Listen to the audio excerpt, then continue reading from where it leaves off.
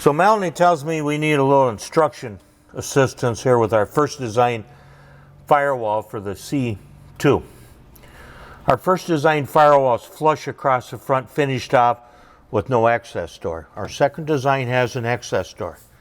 But in the first design, in order to put the Detroit Speed wiper motor in, and it's designed for the Detroit Speed, you come in here and cut out the bottom part of this area where the wiper motor would sit. Once you put the firewall in, you sealed it up so you don't have to worry about anything coming in here.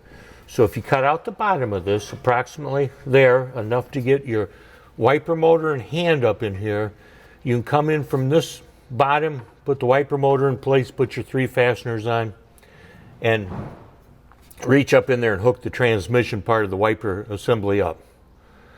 And so for right now, without having one that we're installing, that's the way you do that.